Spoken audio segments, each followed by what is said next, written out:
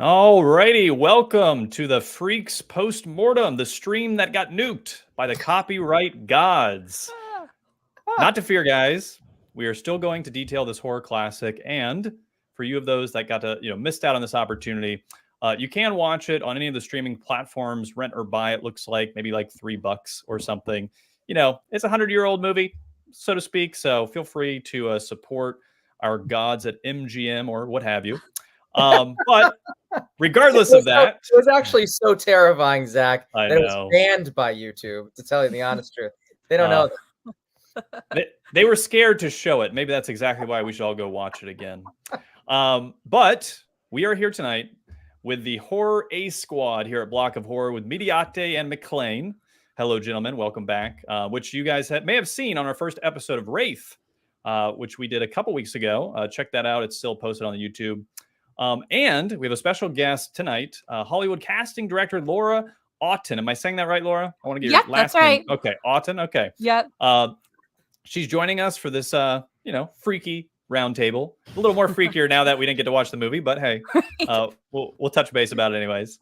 And just quick housekeeping at the end. We'll have some updates on how to collect another 1,000 blood coin in the Discord. Tomorrow's Spaces with Mr. McLane at 1:30 p.m. Eastern, and Sunday's Film Festival, Blocktoberfest. And by the way, I'm Zach. You can call me Blockmas, or hey, let's get freaky. So, let's kick it to you guys. Laura, welcome.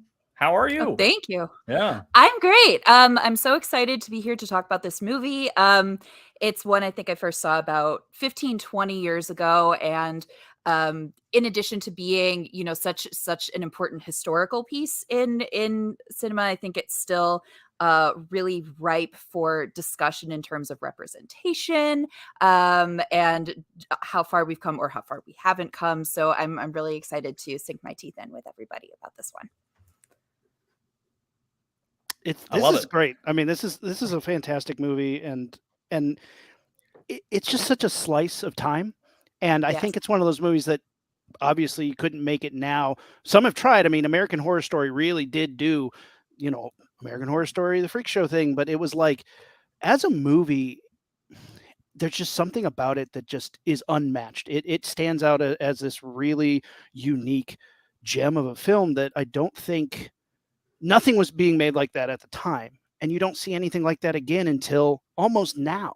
Those sensibilities have been so stretched for so long. Like you just don't make movies like that anymore, right? Yeah. So, until I saw it recently again, and I watched this movie as a kid, and it just scared the crap out of me, ever-loving crap. And it's changed the way I look at this film down the road now, and being wiser and having consumed a lot more horror and a lot more cinema. It does such a great job of taking the knife, sticking it in, and twisting it for the entire film until you're just so much pent up angst and just hate for the villains of the film that you just root for the quote unquote freaks, terminology film given by the film, obviously, but you root for them at the end because like they've been so pissed on this whole movie that you just want them to get their revenge. And I think that's like something I didn't see when I was younger, but now narratively it's really just really fun to watch. And I think it's a film that the audience is scared by, but it can also get behind and root for, right? Mm-hmm. It's an underdog movie. And it's also interesting to unpack what about it is horrific, right? And I think that has also evolved. And just the push-pull of this entire movie, I think, is really fascinating in terms of getting it and then completely missing the point, right? Of where we are. And this is one of particular interest to me. My dad is a retired pediatric geneticist. So his patients, right, were folks with microcephaly and achondroplasia and all these different genetic disorders.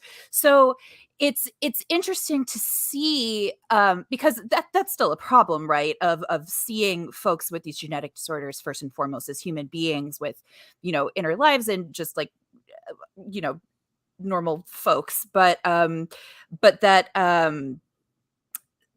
there's empathy in the film, and yet still such otherness that they're like, yes, everybody, you know, these are just people and like deserve respect and everything. But then, and I mean, we can talk about it as we go on, but then sort of like at the end shifting to like a monstrous gaze, even though we are rooting for them. Like, I think it's all very messy and complicated and just really, really fun to kind of parse through. One of the things that I said when we were watching the movie with Pat last night is that when audiences watched this film in the 1930s, they saw these people as subhuman, which is Yes. an awful opinion to have, but that was their perspective, and it's monstrous. Ooh. And for them, that was what was terrifying. And now modern audiences, to me, what is terrifying is how they're treated. And Yes. it's almost as if our humanness has caught up with them.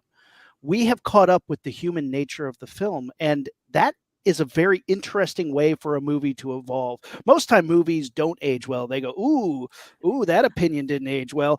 But this movie, I think, despite that ending, which does make them monstrous, I don't think its opinion of human beings are human beings. It tries to justify why they behave monstrously at the end by, oh, they're killing the bad guy. It's all good, right? And you're like, which I don't mind, by the way. Like, right? It's great. They totally, to Patrick's point, spend the entire movie just making you hate Hercules, making you hate Cleo. So you're like, Yes. yeah. But that's the problem, right? That's like, that is really the, we were rewatching this obviously, and we were watching and we're like, well, how is this representing disabled people with, badly? How is it putting them in a bad light? And I don't think it really does for the majority of the film until the turn right at the end, like you said, Aaron. Mm-hmm. And it's interesting because in the intro that showed before it, they mention all of this stuff and they kind of like pepper it in during the film about the code, right? Like the Greek code where like they abide by this mythical, set of rules that if you break the code, you get pounded. Yeah. And I think it's that I had the most, a little bit like, I don't quite know if that's quite correct. Right. And I think I had the biggest problem with the code aspect of it, because first off, it's totally fictional. And second off, it's assuming and making an assumption of a particular group of individuals that happen to have disabilities. So I think that overall was what I had the most. My big thing is, and we can get into this later, is that some of the actors, I don't know if they have the mental capacity to know how they're being portrayed. Yeah. And again, in the 1930s, they don't care. They didn't care. But like the microcephalics and Schlitzie, I don't know if that person had the wherewithal to accept that script and be like, yeah, I'm okay with this. Which at the end of the day, I hope they got paid well. I hope they were treated well. I hope, from what I know, it gave Schlitzie kind of a career because they went to different places as a star, and they, from what I've read, enjoyed that. But again, I don't know. That's years and years ago at this point. Right. And it's interesting to think about, like, when the film was made, I guess, there was a lot of pearl clutching at MGM, as one might expect. Oh, yeah. But, and like, so on the one hand, you want to celebrate and respect the fact that, Todd Browning, who's coming off of Dracula with Bela Lugosi and has all this, cachet and is like, this is the movie I want to make. But at the same time, you have, the actors not being allowed in the commissary while they're making it, right? Because like they're so off-putting to like the other folks in the studio. And I normies. Think, exactly. Louis B is like, get out of here. Right. I can't take the sight of you. So it's just, I feel like in almost every single place in this film, there's like that duality, right? Of both being like transgressive and progressive, but then still also being very much of the time in which it was made. Absolutely. And to your point, Laura, just to point that out, is to me, it's reminiscent of this idea where the creatives understood this kind of like progressive messaging, especially for that time, whereas the studios, the big wigs, so to speak, that the story is actually about, like, in a sense, of that kind of culture, higher upper echelon of society. And they're the ones that are the monsters that are being portrayed in the film as far as the antagonists. So it's an interesting, like you said, duality and parallel as to, like, the director's kind of like, wink, wink, this is about you motherfuckers. And they're like, we're going to make this movie, but it's not about us. Like, we'll just keep them far away. Like, it's like, well, and thank God to a we've degree. come such leaps and bounds with studio executives understanding who they are and how they treat other people. That's Oh yeah, we've come such a far way. Such a far way. I might die laughing. No, it's like, no, it's everyone. It's universally, we're all universally shit on now by studio executives. Right. There's no special treatment. On the same plane, you know. One other thing that I think is really interesting about the film is the idea of seeing and being seen, and performance and viewer, and how much because it's in the circus, almost all the time it's busy, there are other people around and the performers watching each other, right? And plot wise that's important because it cues everyone into what's happening with Cleo and Hercules and Hans. But at the same time, I think it's also interesting in that it flips the script of these folks who are usually the subject of spectacle, right, and are usually the ones being surveilled, are the ones doing the watching. And I think there's also like a lot to look at in there, just that it and Todd Browning, I think, comes from a vaudeville background. Is that right? Some kind of. Todd Browning came from. So Todd Browning was a barker for a while, and oh really? And he traveled with the circus doing lots of different acts. Now all of this is unsubstantiated because some records are, from his perspective. So he's like this, the barker, and he was doing rigging, and he dated a trapeze artist. And then like one account says that he was such a drunk. Todd Browning had a horrible alcoholic history. Oh, no. At one point they said that he played the geek, that he was biting off chicken heads and stuff, which again, unsubstantiated. Nobody can prove whether that's true or false, but Todd Browning like did every role in the circus until he decided to go be in pictures. But he got his acting start there doing vaudeville tricks, and he would be buried alive. This one they could prove where they would bury him alive and then sneak him food, and he was called like the hypnotized corpse, where they'd bury him in this tiny box, and the audience could then look down at him in the box. Oh my God. So great. There needs to be a Browning movie like just about him. That sounds really interesting. Right? And because his life is so much more interesting than I even imagined. But yeah, all of that to say that I think it's like a really playful movie in some ways. And like the production design is like cluttered and eclectic, and there's just like constant movement, and it feels authentic to the experience. You know what I mean? Yeah. And they keep cutting to these gags, like these jokes, like the guy in the bathtub, and it's not a bathtub. He's dipping out under, and he's got the little turtle suit where he's like boop boop boop. Yeah. Like it's which is funny. It's weird. Yeah, and it's all normalized too, right? Like that's just their day to day. And I think one of the most progressive choices that they make is just showing the like more, I mean, quote unquote, like able-bodied or normal-bodied performers mingling with their other castmates, just like it's nothing. And some of them are cool and some of them are jerks. Exactly. And that there's not like a huge difference between Frozzo the clown messing with his bathtub versus the guy rolling the cigarette or lighting the cigarette, right? Laura, do you think during that time, right, that there's obviously the things about the freak element of things, but do you think at the time the subject matter situationally that was explored with simple relationships between Hans and his and his actual his equal, right, of stature, and then also Cleopatra, those, I would imagine at that time those subjects and those relationship faux pas and things that happened there were also very scandalous. So I don't think just from a perspective of disabilities, but from that perspective as well, you're dealing with thematically different areas that are very dark, that were never touched on or explored or spoken about, especially because this is one of the first talkies. I mean, talkies, like most of Browning's stuff was silent before this. A lot of it was. Right.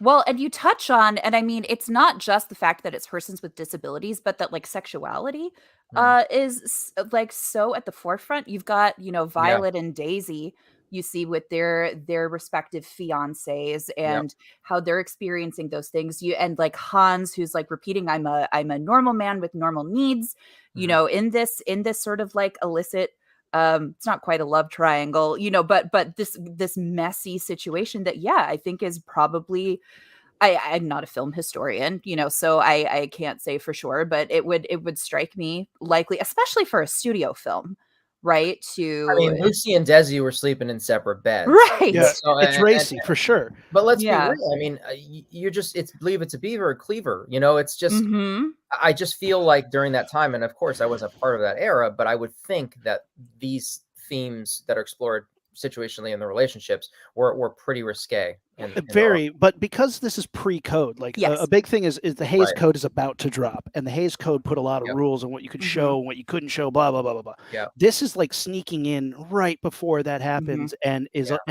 and Hollywood was like getting real risky, and it's movies like this that the Hays Code would literally point to and be like, the devil, communists, look at this, you know, look at this sick moral depravity, get it off the air.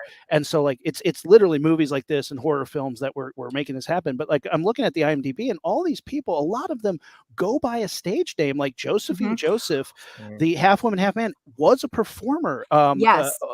Prince Randian, who was the caterpillar man who's rolling a cigarette with his mouth, was actually, all these people had jobs in the circus before this movie even happened. And in this fact, was their life. The casting process for this film, and unfortunately I wasn't able to 100% confirm who the casting director at MGM was at the time. I saw a couple different sources, and the one that I saw consistently, I actually don't think is correct. But that this person went out on the road and went to different like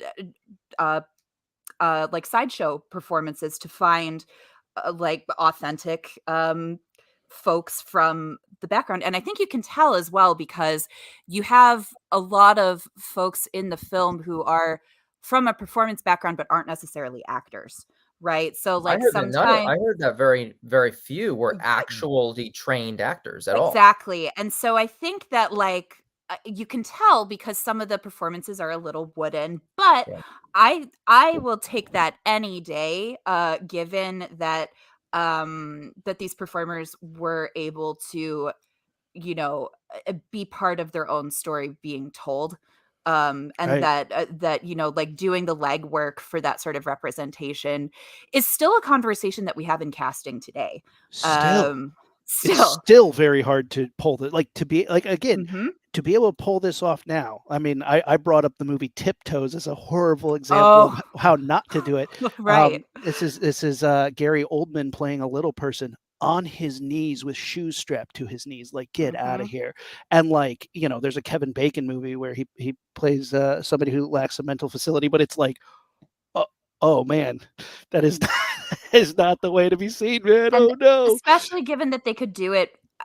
I mean, I say properly with many caveats, because who knows what that process actually looked like. But the fact that the legwork was done 100 years ago without the resources that we've got. And it is possible. It's hard. I worked on a show some years ago. It was a military show, and for one of the episodes they needed specifically a double amputee at the knees who could realistically play a soldier, who could be in Los Angeles, work for, you know, X amount of money. And we had, I think, 3 or 4 days to find this person. And it's hard, right? That's the job, but they're out there and you can do it. So when you get into the tiptoes of it all, I don't think there's an excuse for it in this day and age. Let's talk about Daisy Earles real quick. Yeah. She played Frida, and when you say there's wooden performances, she is good. She's so good. She's a beautiful crier.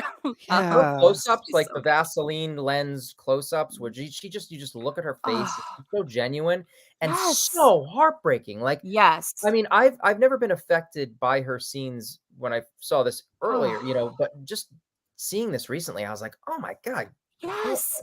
At the feast, when she's just sort of like gently crying, watching while like Hans has been humiliated. But she knew. That's the best thing about that scene. And Aaron and I were discussing this too. It's like, she knew and we knew as the audience what was happening, but she just had to bite her tongue and sit there and watch him devolve and her use him without saying a word. And she did it out of love because she knew, look, I'm going to say everything that I'm going to say.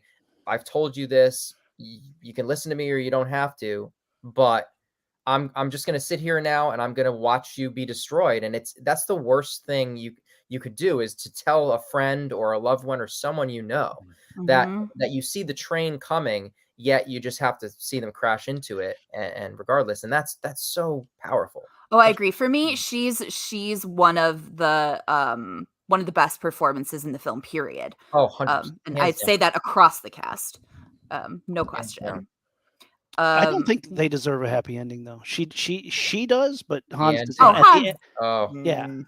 Yeah, screw you, dude. Your friend told you. She told you. That wasn't originally in it, right?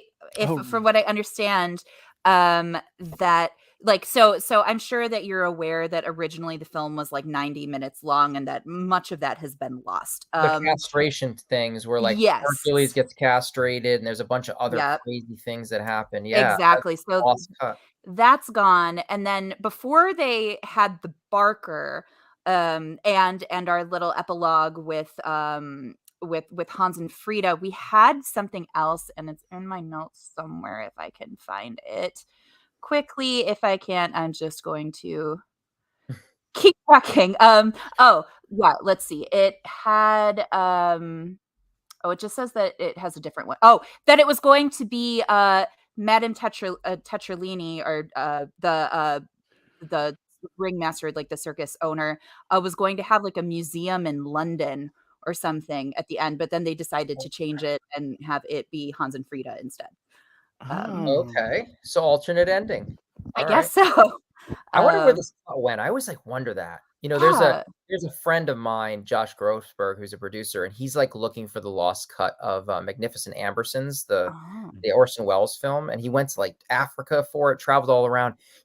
These things may be somewhere just hidden in a back room, right in a dusty barn. They always find it in a barn. Just untouched by vinegar syndrome, just sitting there ready to be watched. But it's just amazing, these stories of the lost films, and it'd be so cool if someday it just like surfaces. I so badly want to see that 90-minute cut, because it does end so abruptly, right? Like and unnaturally and weird. Exactly. Like it smacks of studio interference in a way that so much. And Aaron, I was saying to Aaron yesterday, I was like, so what is he doing in the mansion? He's like, Aaron's like, he's rich. That's what she wants his money for. He's funds. And I'm like, okay, I get it. But then wait a second. Why is he in the freak show? Like, don't you think he would have enough money to like not be in that? He's just doing that for fun. I think it's because he saw the circus, saw Cleopatra, and was like, I want to follow her. I will follow her to the ends of my earth. Good explanation. That's the only way I can buy this. He just was walking by. Right. Although there was like that whole thing like Frida has about like, well, we were going to keep it secret until we leave the circus. So I don't know if he came into the money recently or whatever, but all that to say, I agree with you. I hadn't rewatched the movie in at least a decade before I watched it again for this. And we get to the end, where the wagons have crashed and like Cleo is being pursued on foot. And I look at the timestamp, I'm like, there are literally 2 minutes left in the movie. And I know that we see her again at the end with the Barker. So what is going to happen like in this 60 seconds? And the answer was not a lot. Let's quickly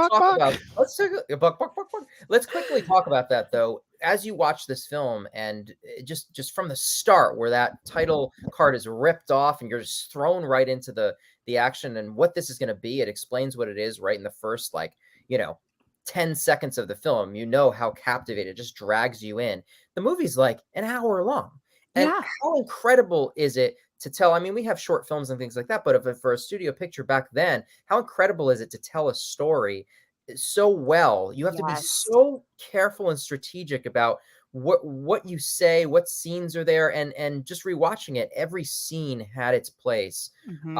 To again ramp that tension up, twist that knife. And I think it did a very good job in its hour runtime, making it feel like a full film. And honestly, I didn't remember this only being an hour. I thought it was a longer 90-minute film because my recollection in my memory is there's so much to unpack and so much there that it's all there, even if it's only an hour, and it feels like a full film. It does. It feels very complete, except for that very end. And I don't know about y'all, but as a horror enthusiast myself, I am such a snob about movies that go over 90 minutes. You know, I'm like, did you really need those extra 20? Did this really have to be 2.5 hours?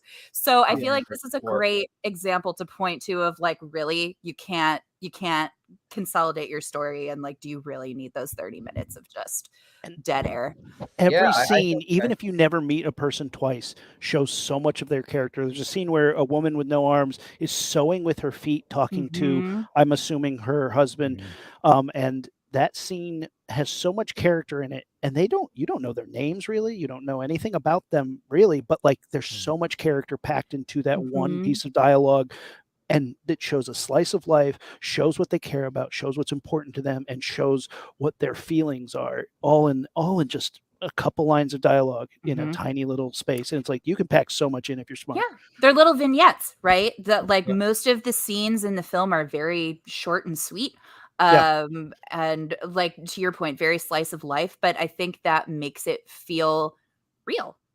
You know, it really is. Yeah, so yeah. I mean, breakdown, 15 minutes of that, 20 minutes of them getting shit on for 20 to 30 minutes, and then a great ending of us saying, oh my God, we've taken them getting shit on for another half an hour. I want them to get their revenge. Like that's the movie in a nutshell, act 1 through 3. Well, here's a question. Where is act 2 start? Because normally you have an event that kicks you into act 2. Right. But the marriage, the wedding, the gooble gobble scene, in my mind, is the beginning of act 3, and now you have 5 minutes left of the movie. Yeah. Where does act 2 start? It's a meandering film that's engrossing, and I think a lot of people would be like, that's bad script writing. And I think if you turn that script into like a festival, they'd be like, boo. Like, it works because you are drawn into their world, even if you don't have that tent pole like act 2 kicker. Like, it just works.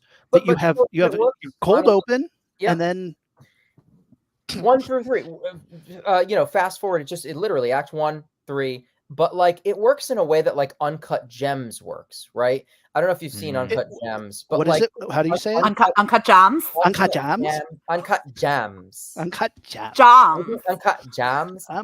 With Adam Sandler. It works in the same way because, like, what do you got? You got a guy gambling, and then the whole movie is him owing shit to other people. You know, he goes to a movie and he keeps devolving into this like soup of a mess, and then just comes to a head and he just explodes. And I'm not going to say give away the ending, but it's the same kind of premise. As long as you're watching a train wreck, what do you need an act 1, 2, and 3 for? Come on. Yeah. I buy that.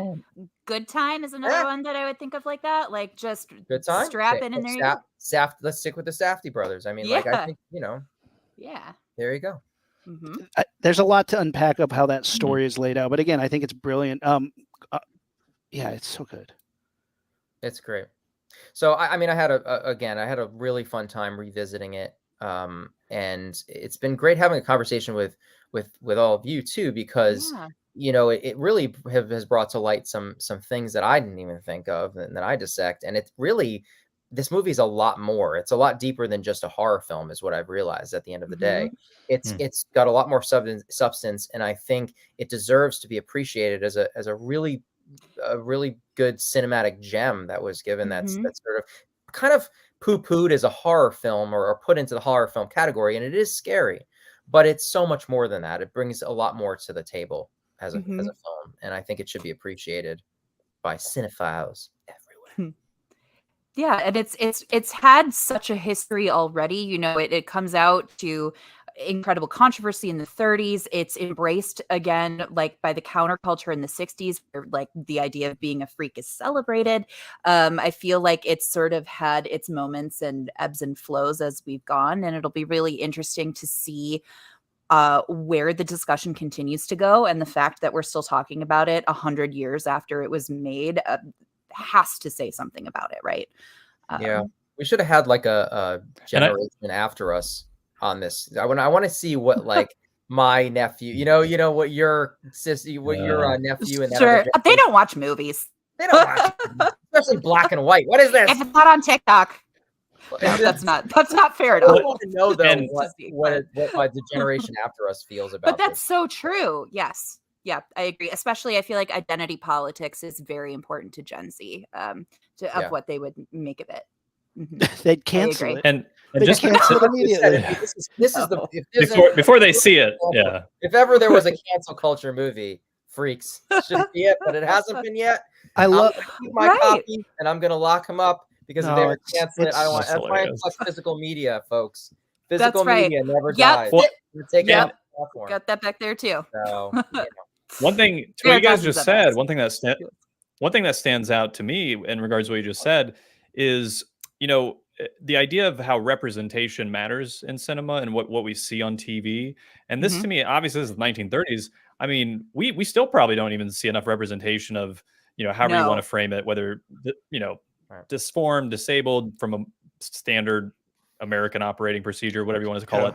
So it just reminded me watching it, just that kind of like, I really not that I relate to these people because I have whatever, let's say a condition or anything like that they may have, but that they're just as human as I am, as anybody that's able-bodied around me.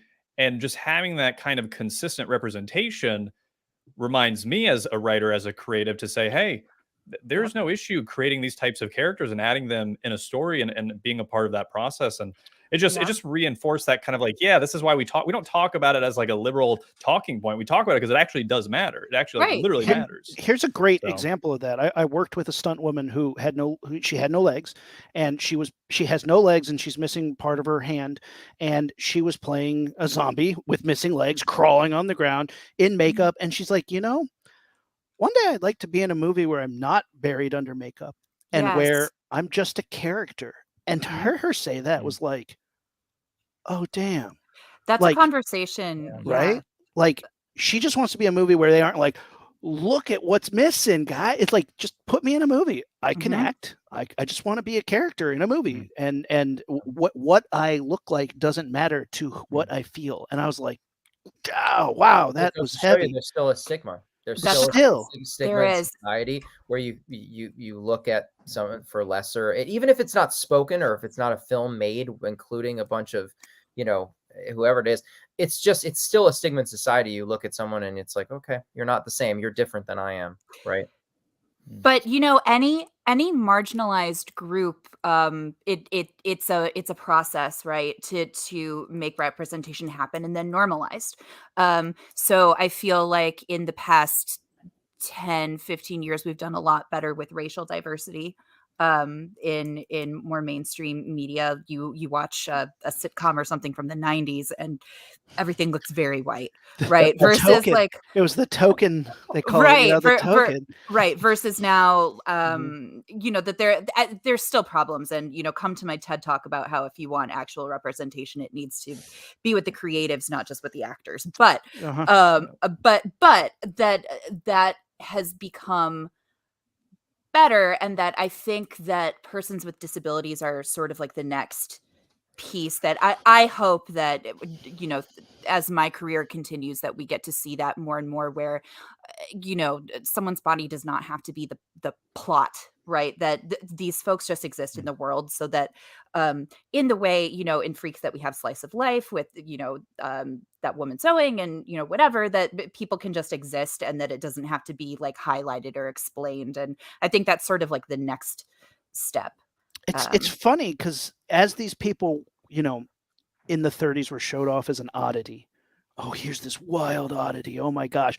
But their lives are super mundane and kind of drama filled in a very mundane way. Like anybody who went to high school has been through, like, she's dating him and he's dating her and she likes him and they all hate each other because of it. The backstage drama is super like mundane drama in kind of a funny way. It's like, oh, their life is so normal and boring. That's the point, right? And like, and one thing I think that's really special about Freaks is celebrating community.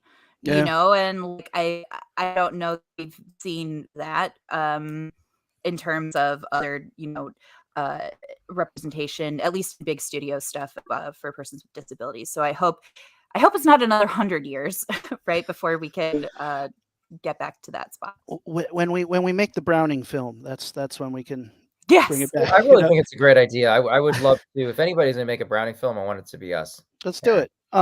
Let's do it.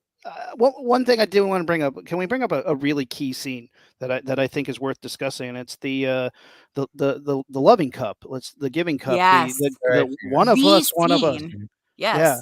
And it's scene. I think it's the thing that people know about Freaks, even if they don't know about Freaks. Yeah. Yep. I think even like South Park has referenced it. Tons of people. Yes. One of us. One of us. It's been referenced a million times, Yep. and people might not know what it's from, but this is the scene. It's a very interesting moment because it's this joyful scene of a wedding celebration. Everybody's drunk. They're playing music. They're having a great time, and you watch it go from joy to this turn to something really sinister, and it sinks and hits hard. What do you guys tell me your thoughts on this scene? I want to hear more.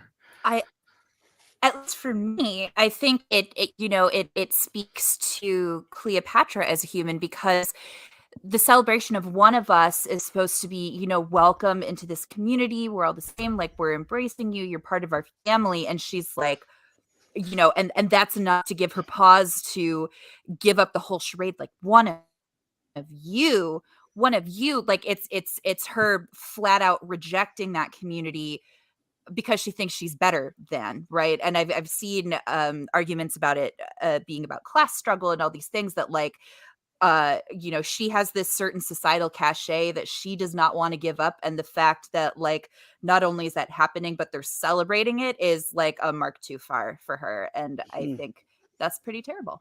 I think it's the cup itself is very powerful in that scene. Because if you ever go to church or, anywhere where you're sharing something, a cup, I was born Catholic, Yeah, I did 18 years and drink that blood. I kind of didn't want to drink. I'm like, I don't want to drink that thing because other people's drinking out of it. But, like, the cup in this scene is so pivotal because, she's looking at it being passed, and people that aren't like her are putting their lips on the cup and sharing it. How, like, you can just see her gears in her head saying, "Bro, like." I don't need anybody to feel different for me to cringe on that. Like, I don't want to drink from the same cup as anybody else now in this time. Yeah, but I'm saying, and then the cup comes to her, and that's where the scene takes the shift, because he comes over to her with the cup, he hands her the cup, she takes the cup, she looks at it, and then she tosses the everything in his face. It's a lot. That is the biggest cup I've ever seen. It is the Stanley Cup. Yeah, but it's like, but in a way, it's like, it's a cup. It's like it's being shared. It's being it goes beyond just like being around everyone else and people that aren't like her. But this is sharing something, and touching something that. How about this? It is integrating her into the community made tangible. Yes. Right. It's like a physical 100%. Embodiment of, and like she has a physical place to put the revulsion of, like, the abstract that is also so smart. Because she was fine to sit down. She was fine to have a dinner with them. She was fine to work with them. But the second she had to share with them and interact with them in that tangible way, that is 100% exactly what it is. That's 100% it. But to use that, how smart is that? Like, I just think that's very profound, directorially, but also for within the screenplay and the story creation to use the cup as that vehicle, that symbolic thing, and to go that far and understand symbolically how that's going to unfold in the cogs of the scene is very profound and very deep and just really smart. It's a really great shorthand to use for the audience, because it's visceral, it's not tactful, but like tangible.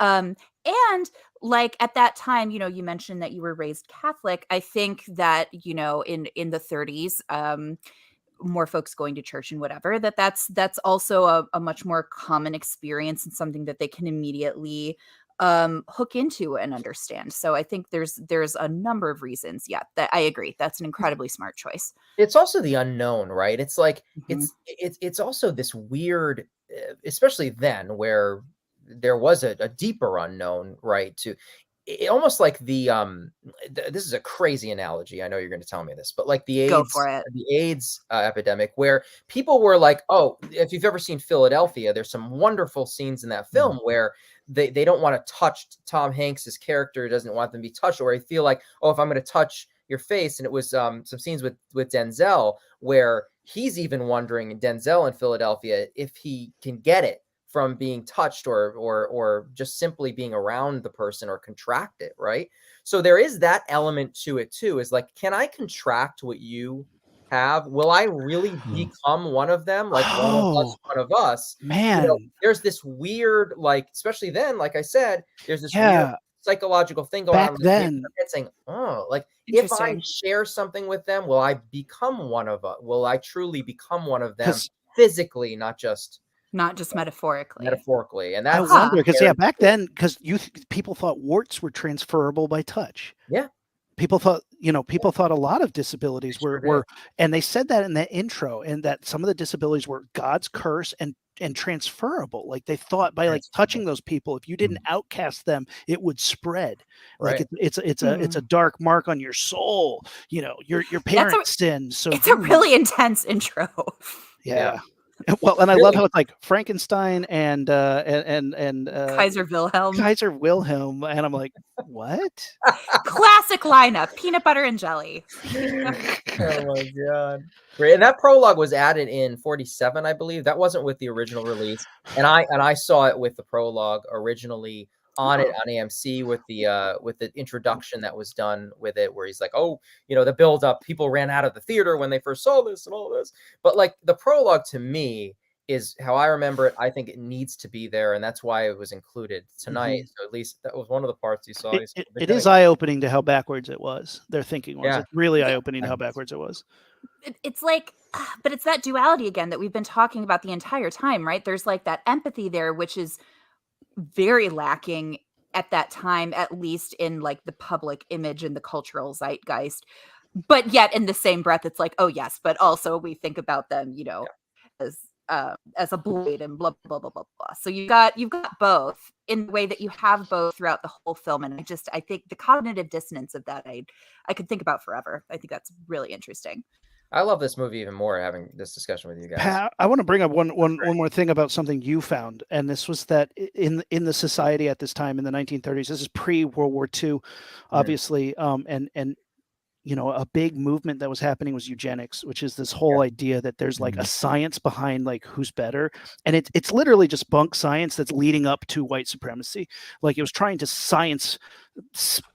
add science to this idea of white supremacy, that there's a physical reason why we're better. And it's literally what's leading up to World War II and the Nazis' ideology, and science trying to defend that. And it's a really horrible thing, but it was gaining traction in America. And there were a lot of Americans who were like, yes, we need to get rid of all the weird people, get them out of here, get them out of my face. We need better families, healthier babies. And Pat, you found this, and I went in looking at it, and it's like, it's scary how rampant this idea was. And like there were eugenic societies, and it was really trying to gear up America to easily slide into what the Nazis were trying to build, which was a world thing. They were really sowing these seeds. This is early false information in social media. This is exactly what they're doing. And Todd Browning was like, fuck that. And you have to stand up. Like you have to applaud him to that, because this isn't just a easy thing for him to do. Because when you have a movement in America that is making steam and everyone is like, oh yeah, that makes sense. Science says I'm better than people. And he stood up and said, fuck that shit. Yep. And his career essentially got ruined because of it too, which, you have to respect even more somebody sacrificing their livelihood to do the right thing. And it's important because eugenics is still, unfortunately, like a different name, same disease ideology. Yeah, that's still around and awful. And different name, same disease. It's still out there. Yeah. So, but it's heartening to look back and see that even back then, folks were standing up and saying, "No, it's bullshit." Bullshit. Yeah. Lots to unpack here. Crazy. Heavy. Sorry to end it on a downer, guys. No, it's important. Right? No, It's no. like a call to arms. So, Yeah, don't believe. No, I'm super glad. No, I'm super glad we got turned on to this film again. It just brought so much to the forefront as far as relatability to kind of things that are going on even today. Just reminding ourselves to, hey, like, represent people, across the spectrum and in our work and on TV and in our movies. And because, at the end of the day, it is a business, and businesses sell to the common denominator, right? The kind of like general populace expectation of what's easy to sell. And that, like Todd Browning, like, who cares? At the end of the day, sometimes we got to stand up and say, no, creatively, like, we're going to fight not only for ourselves and our friends, but like fight for who we're representing through our work. And all that good stuff. So 100%. I love it. But I appreciate it. Any final thoughts about Freaks before we close this out? I do have one more thought I want to bring up, is that recently there's been a whole thing about like little people and disabled people in the media being like, I would take that role. I want a job. I would take that role. And don't, as a human who thinks, that letting them be in a movie like this is bad, let them be the decision. They're adults, and as we've seen and discussed, we see that they're humans too, and it's their decision of how they want to be represented. If somebody wants to take this role, if somebody wants to wrestle under this moniker, if somebody wants to utilize their disability as a job, that's their decision, and they're allowed to do that. And like, it's not up to us to say that's degrading, so. I'm going to take that a step further and say that I would just point back to what I was saying before too, in terms of racial representation, that like, it's not even just down to whether actors accept roles or not. It's that persons with disability should also be in places of creative power, right? So that the stories that are being told are also the ones that that folks want told, or like, as executives, so that the right teams can be put together, the right stories can be made, the optics are such that that they're helpful rather than harmful. But to your point, Aaron, to the power should be with those marginalized groups. Yeah, sure. And Patrick, any final thoughts from you? I don't know about final thought. I mean, we've unpacked so much here. I feel like I actually need to use this as sounding. We're talking about representation. We're talking about fairness. We're talking about studios and all this stuff.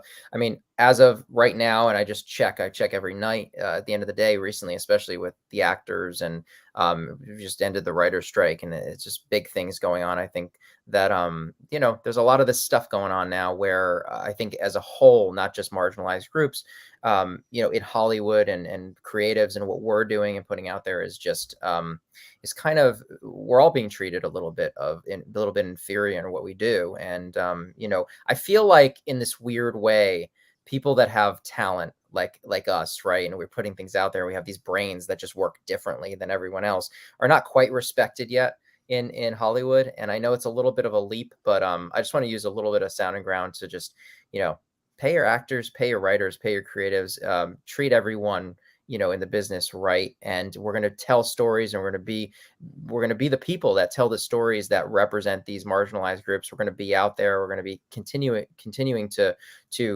put all this stuff at the forefront, all these incredible themes, like Browning did. Right. And I think it's a great film. It could be a great film, Browning, because it's a perfect, representation of someone who really stood for something. And I think like we're all standing for something right now, and we're being like kind of pushed down.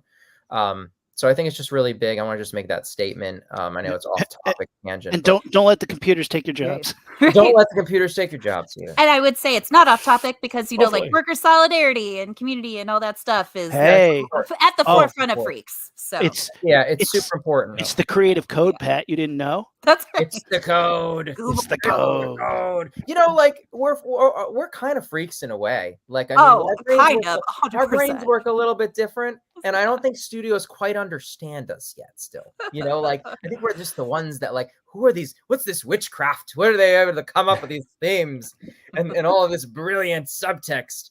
Damn you! So anyway, pay your writers. Well, on that note, that's why the creatives are going to be in charge. So just to kind of wrap out, thank you guys for this excellent deep dive talk on Freaks, a classic that I believe you can rent or buy on any of the streaming platforms. Oh yeah. Just to kind of wind down, tomorrow we have Aaron McLane's half It is. hour. Great. What's that? It's a new Criterion release that Aaron's got. I just picked it up as well, but it's got two more Browning films in it: The Mystic and what was the other one? Mystic and something else. The Mystic and the Mystic and the Unknown. And the Unknown also in that package. Two silent films actually. So if you are looking to experience Freaks, new restoration, incredible packaging, pick up Criterion, support physical media. Thank you very much. Awesome. And just a quick reminders to finish out, Aaron McLane's half hour of horror spaces tomorrow at 1:30 p.m. Eastern time. And don't forget, Blocktoberfest Film Fest will begin Sunday at 3 p.m. Eastern time. Voting for Blocktoberfest Audience Award through our Discord channel through November 1st.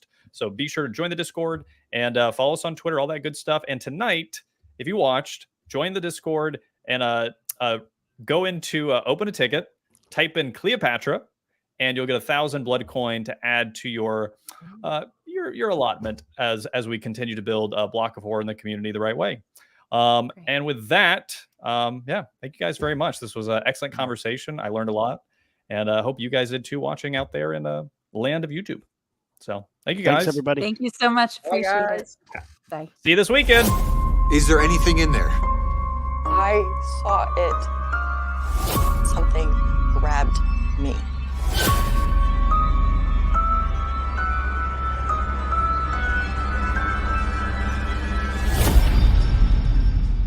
It was there, and then it wasn't.